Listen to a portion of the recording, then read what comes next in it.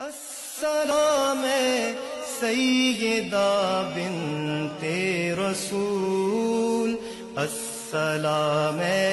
فاطمہ زہرا بتول۔ بسم اللہ الرحمن الرحیم۔ السلام علیکم ورحمۃ اللہ تعالی وبرکاتہ۔ خداوند قدوس کا کروڑوں بار شکر ہے، اس کا احسان عظیم اور فضل عمیم ہے کہ ایمان کی بہاروں کے ساتھ شہزادی مصطفیٰ عروسہ مرتضیٰ ام سید الشہداء السیدہ فاطمۃ الزہرا رضی اللہ تعالی عنہ کے ذکر نور کی 24ویں مجلس کے اندر ہم حاضر ہیں۔ یہ ہماری سعادت مندی ہے اور ہماری خوش بختی ہے کہ ہمیں ہر روز تقریباً تاجدار دو جہاں صلی اللہ تعالی علیہ وآلہ وسلم کی روح اقدس کو اور قلب انور کو مسرور کرنے والی نشست کے اندر حاضری نصیب ہو جاتی ہے، اور مجھے یقین کامل ہے کہ تاجدار دو جہاں صلی اللہ تعالی علیہ وآلہ وسلم کی روح پر نور ہماری جانب خصوصیت سے متوجہ اور ملتفت ہو جاتی ہے، اور یہ اتنا بڑا انعام ہے، یہ اتنا بڑا اکرام ہے کہ اس سے بڑے انعام اور اکرام کا کوئی تصور نہیں ہے۔ سیدنا علی المرتضیٰ رضی اللہ تعالی عنہ اور سیدہ کائنات رضی اللہ تعالی عنہا انتہائی خوشگوار زندگی بسر فرماتے تھے۔ تاجدار دو جہاں صلی اللہ تعالی علیہ وآلہ وسلم نے کارہائے زندگی کو ان کے اندر تقسیم فرما دیا تھا۔ کچھ کام سیدہ کی ذمہ داری بنا دیے تھے اور کچھ کام سیدنا علی المرتضیٰ رضی اللہ تعالی عنہ کی ذمہ داری بنا دیے تھے، اور دونوں اپنی خانگی ذمہ داریاں بھی پوری کرتے تھے اور اللہ رب العزت کی بارگاہ میں عبادت گزاری اور اطاعت شعاری میں بھی زندگی بسر کرتے تھے، مگر آخر بہرحال انسانی اور بشری تقاضے بھی ساتھ ہوتے ہیں۔ بسا اوقات اختلاف رائے بھی ہو جاتا تھا اور معمولی سی رنجش بھی ہو جاتی تھی، اور تاجدار دو جہاں صلی اللہ تعالی علیہ وآلہ وسلم اس رنجش کو مٹا دیتے تھے۔ ایک بار ایسے ہوا کہ نبی دو جہاں صلی اللہ تعالی علیہ وآلہ وسلم تشریف لائے اور سیدہ تنہا تشریف فرما تھیں، اور آپ کے چہرے پر کچھ افسردگی کے آثار نمایاں تھے۔ نگاہ نبوت نے اور نظر رسالت نے حقیقت حال کو بھانپ لیا۔ پوچھا کہ بیٹی ابن ام کہاں ہے؟ عرض کی یا رسول اللہ صلی اللہ تعالی علیہ وسلم، ہم میں کچھ ناراضی ہو گئی ہے اور وہ روٹھ کر گھر سے باہر تشریف لے گئے ہیں۔ تاجدار دو جہاں صلی اللہ تعالی علیہ وآلہ وسلم نے اپنے صحابہ کرام سے فرمایا کہ جاؤ دیکھو کہ علی کدھر ہے۔ صحابہ نے آ کر بتایا کہ سیدنا علی المرتضیٰ رضی اللہ تعالی عنہ مسجد کے اندر ننگے فرش پر آرام کر رہے ہیں۔ اللہ اکبر! بندہ مومن جب رنجیدہ ہوتا ہے تو اللہ رب العزت کے گھر کی پناہ لیتا ہے، رنجیدگی اور افسردگی کو ناجائز اور نامناسب چیزوں کی نظر نہیں کرتا۔ تاجدار دو جہاں صلی اللہ تعالی علیہ وآلہ وسلم بنفس نفیس تشریف لے گئے۔ مسجد میں دیکھا کہ سیدنا علی المرتضیٰ رضی اللہ تعالی عنہ پہلو کے بل مسجد کے ننگے فرش پر، وہ فرش بھی تو بغیر سیمنٹ اور بغیر چٹائیوں کے تھا، اس پر آرام کر رہے تھے، اور پہلو مبارک سے ایک کپڑا ہٹ گیا تھا اور وہاں پر مٹی کے ذرات بوسے لے رہے تھے۔ قربان جائیں حضرت علی المرتضیٰ رضی اللہ تعالی عنہ آپ کے مقدر و بخت کے۔ میرے آقا سیدنا علی المرتضیٰ رضی اللہ تعالی عنہ کے پاس تشریف فرما ہو گئے۔ حضرت علی رضی اللہ تعالیٰ عنہ لیٹے ہوئے ہیں اور میرے آقا سید و سردار تاجدار دو جہاں سیاح لا مقام ان کے پاس تشریف فرما ہو گئے ہیں، اور بڑے پیار اور محبت سے اپنے دست نور سے، ان کے پہلوئے نور سے مٹی کے ذرات کو ہٹا رہے ہیں، اور ساتھ فرما رہے ہیں قم یا ابا تراب، وہ مٹی والے اٹھ جا، وہ مٹی والے اٹھ جا۔ ابو تراب نبی دو جہاں صلی اللہ تعالی علیہ وآلہ وسلم نے اسی طرح حضرت علی المرتضیٰ رضی اللہ تعالیٰ عنہ کو لقب عطا فرما دیا، جس طرح پروردگار عالم نے جب اپنے محبوب کریم علیہ الصلوۃ والسلام کو دیکھا کہ میرے محبوب کمبل اوڑھ کر آرام کر رہے ہیں۔ اب مجھے نہیں معلوم کہ میرے یہ الفاظ مناسب ہیں یا مناسب نہیں ہیں، کیونکہ اللہ رب العزت کی ذات بہت بلند ہے، مگر ہم لوگ محتاج ہیں، ہمیں معانی کے اظہار کے لیے الفاظ کا سہارا لینا پڑتا ہے۔ رب ذوالجلال کو اپنے محبوب کریم علیہ الصلوۃ والسلام کا کمبل لے کر لیٹنا اتنا اچھا لگا کہ پروردگار عالم نے اسے قرآن کے الفاظ بنا دیا، اور اسی طرح پکارا اور کہا یا ایھا المزمل،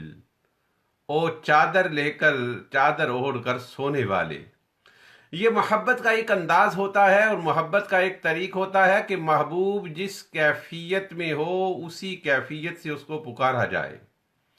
تو میرے آقا صلی اللہ تعالی علیہ وآلہ وسلم اپنے دست نور سے سیدنا علی المرتضیٰ رضی اللہ تعالی عنہ کے پہلو مبارک سے مٹی کے ذرات کو بھی ہٹا رہے تھے، اور ساتھ زیر لب مسکراتے ہوئے یہ ارشاد بھی فرما رہے تھے قم یا ابا تراب، قم یا ابا تراب۔ سیدنا علی المرتضیٰ رضی اللہ تعالیٰ عنہ کے بہت سارے لقب تھے، مگر تاریخ اور سیر سمر پر گواہ ہے کہ حضرت علی مرتضیٰ رضی اللہ تعالیٰ عنہ کو یہ لقب بہت زیادہ پسند تھا، اور آپ اس لقب کو بہت زیادہ محبوب رکھتے تھے، اس لیے کہ یہ لقب تاجدار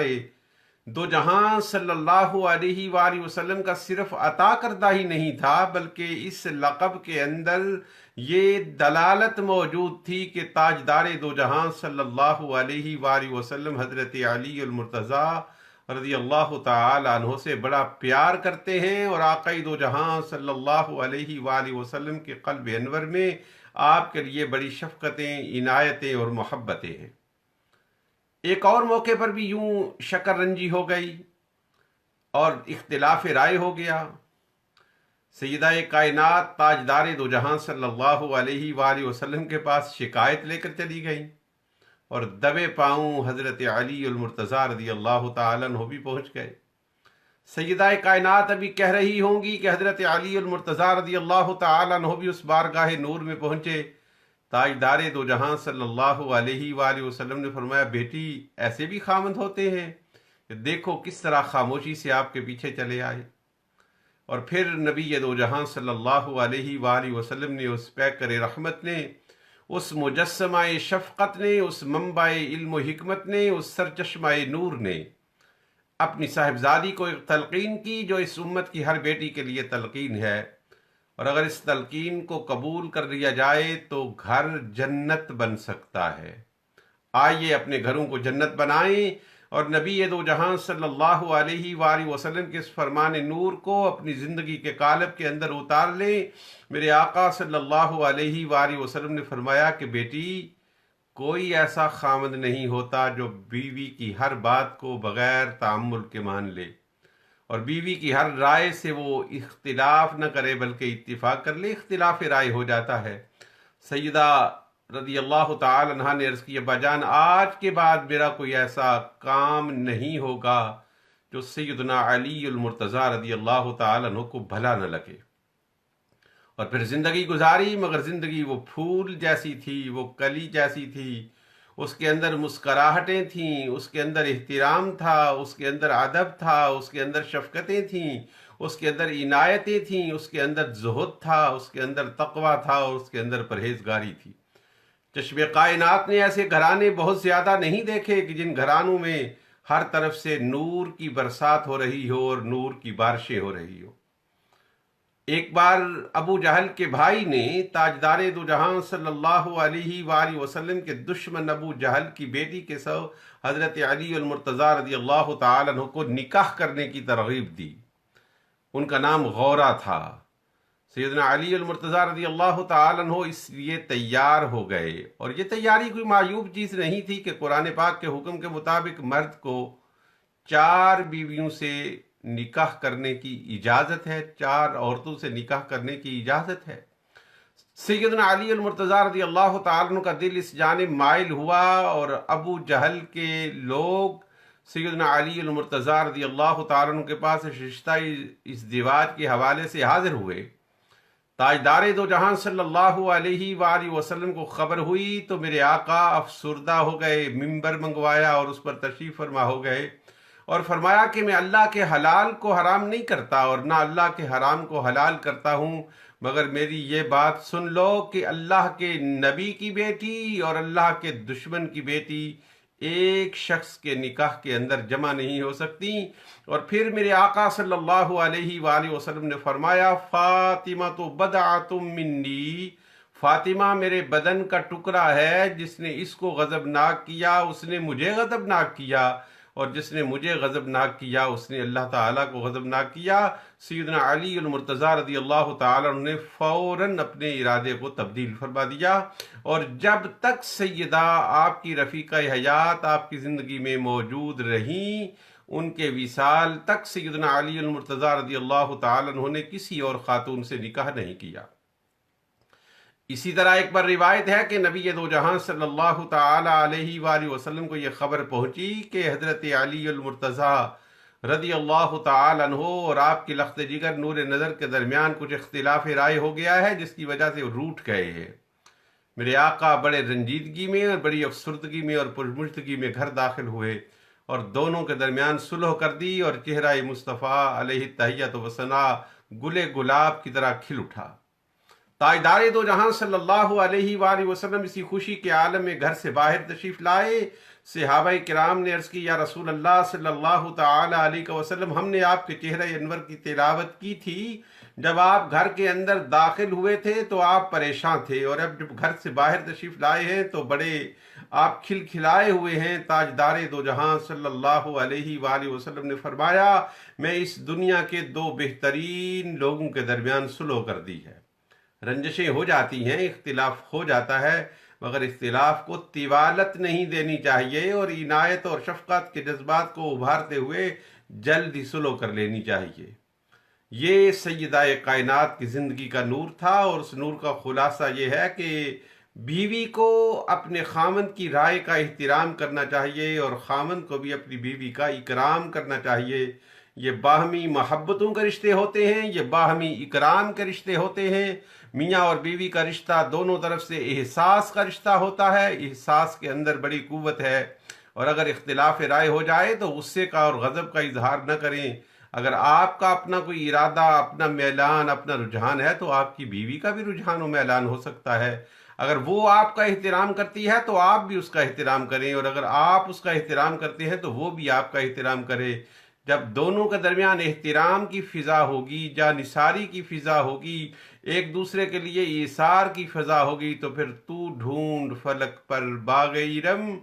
اپنا تو عقیدہ ہے غالب، جس خاک پہ 2 دل پیار کریں وہ خاک بھی جنت ہوتی ہے۔ رب ذوالجلال کی بارگاہ اقدس میں میں ملتجی اور ملتمس ہوں، پروردگار عالم صاحبان ایمان کے ہر گھر کو اس جوڑے کی مسرتوں اور راحتوں کے نور سے فیض یاب کر دے، اور ہمارے گھروں کو پرسکون بنا دے، ہمارے گھروں کو اطمینان بخش بنا دے، ہماری ذہنوں کی تیرگیاں اور تاریکیاں دور کر دے، اور ہمارے ذہنوں کو اجالا کر دے۔